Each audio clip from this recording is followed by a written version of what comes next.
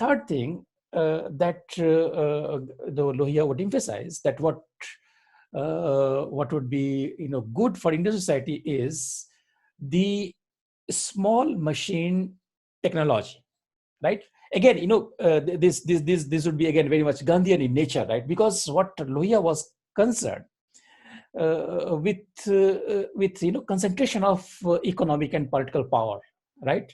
And that is where the fourth principle in Gandhian philosophy, that would be of decentralization of power, would be significant in Lohia's understanding.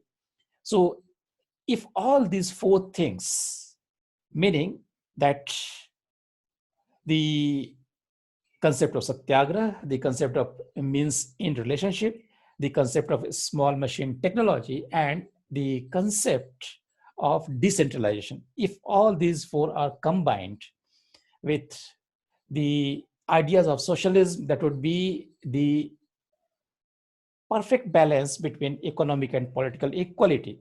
So that is where Lohia understands that the new socialism could be achieved, and this socialism would be of Indian variety. This socialism would be something which would be suitable to Indian conditions, right? So satyagraha would be important primarily because one has to oppose something what one considers to be unjust in a non-violent manner, right? So that's why satyagraha is important. Satyagraha is important for the assertion of one's rights, for the assertion of one's freedoms. So that is where satyagraha would be important. But again, we have to keep in mind that the satyagraha itself would mean that there has to have importance which has to be given to non-violent methods and non-violence, right? Then again, Lohia would have belief in means, right? So that's where he would agree with Gandhi that if you want to achieve right ends, so that is where you should adopt right means as well. So that is where, but the most importantly, decentralization, that would be very much significant in Lohia's understanding, right?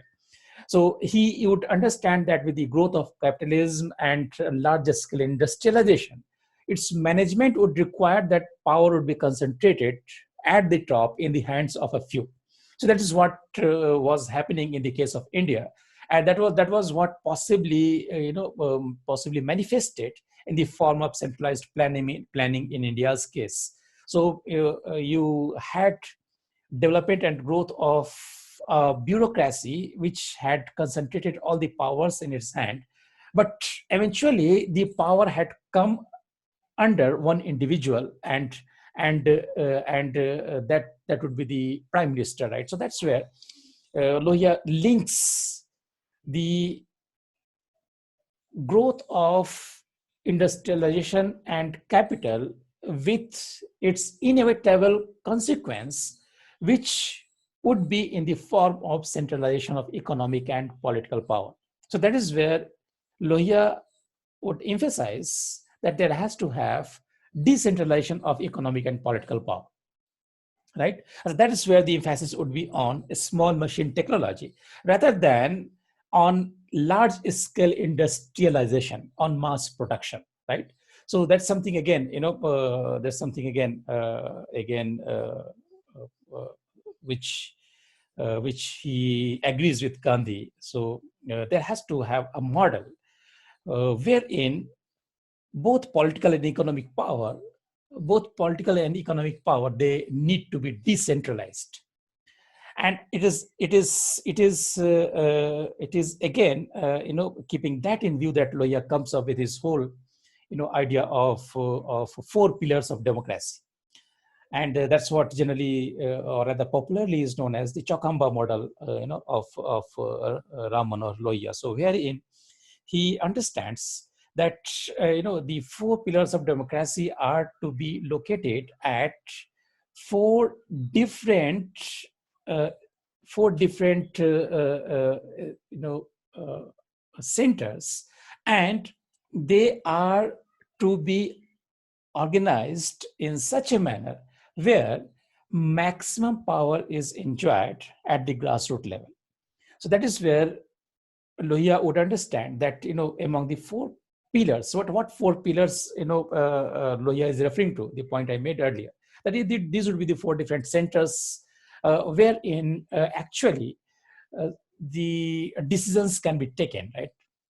And the decisions which would affect the people. So that is where the decisions which affect the people most, that should be taken by the people who are closer, right? So that is where, the first one would be the village level, then second one would be what he says, the mandal or district level, right? So he considers that this would be the second level, third would be the provinces, and finally the national level. So these would be the four different levels, and that's what he calls as four different pillars of democracy.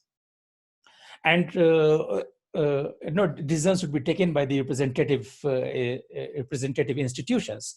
But Lohi understands that most importantly, the economic and police functions should be vested at the lower level, rather than, the power should be given at a higher level. So that is where maintenance of security and law and order would become the responsibility of village or mandal, rather than the power would be exercised for the maintenance of law and order in a centralized form at the level of the union, for instance, or at the level of the center, for instance, right? But later on, Lohia had added a fifth pillar in terms of international parliament, primarily because later on he understood that, possibly, if one would visualize a society of equals, so that is where this equality should exist at international level as well. So that's what his model of decentralization would be. So max power should be decentralized, and since Lohia would support the small machine technology, so that is where the technology should be so designed, technology should be so developed that it can cater for the needs of the local people, rather than producing the things at a mass level, and for the sake of production. Because the one difference that Lohia finds between the industrialized countries and a country like India. So what Lohia would understand, that in the case of industrialized countries like Britain, the problem was that of distribution, that was not of production. But in the case of a country like India, the problem was that of production as well. So first of all, there has to be production, and only then distribution can take place. So, the distribution can take place, right? So that's where he understood that it would be good if small machine technology is employed to make production which would cater for the needs at the local level. And since this would operate at the smaller level, so that is where there would be little possibility that economic centralization would take place, right? So the idea was to prevent any form of economic and political centralization, right? So to prevent any centralization of economic and political power, and that can happen when protection and distribution, it happens locally in an effective manner. So that's what he had suggested. But no finally, we can understand that as far as Lohia was concerned, in his understanding, uh, the kind of transformation that should happen in the society has to be oriented towards the achievement of equality and freedom.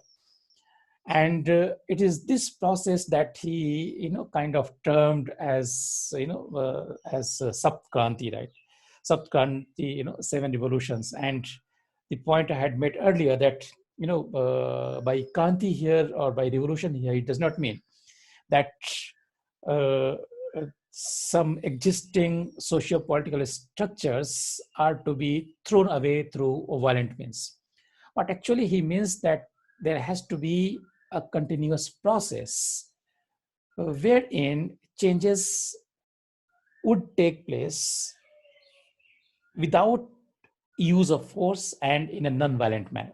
Because please keep in mind the kind of socialism that Lohia talks about. Please keep in mind that the way Gandhi understands that without Gandhian principles, the socialism of Indian variety cannot be established, cannot be created, right? So therein Gandhi would understand that there has to have different kind of freedoms and equalities which are to be achieved through the means of this through the means of this Sapt Kranti, right? So first, he would say that say for instance, he would, among the Sapt Krantis, he would include there has to have gender equality, for instance, right? So equal status should be given to men and women. Then again, there has to be equality between the ethnic groups and racial groups. So that is where there should not be any discrimination, or there should not be any difference of treatment based on ethnicity or color, right? Then again, as far as the caste discriminations would be considered, would be concerned, they should be done away with. So there has to have equality of treatment to members from different castes, right? So caste equality is again, another objective of Lohia's Sapt Kranti. Then again, Lohia would understand that as far as the production is concerned, it should happen in such a manner that it should prevent concentration of wealth in a few hands. So that is where he would include this as well, part of as part of his seven revolutions. Then Lohia would Lohia would also emphasize on different kinds of freedom that people can enjoy, right? So political freedom, that should be part of his Sapt Kranti. And individual's freedom to realize his potential and creativity, right? So that's how Lohia would understand that there were 7 different areas in which equality and freedoms had to be established, and that's what he terms as that's what he terms as Sapt Kranti, right? But while we are discussing that how Lohia would understand that a society could be established where there would be a balance between political and economic equality, but in the field of international relations also, Lohia had something to suggest, something to advise. And that is where he would not be in agreement with Nehru as far as his whole policy of non-alignment movement was concerned. Because in Lohia's understanding, one required to have some friends, in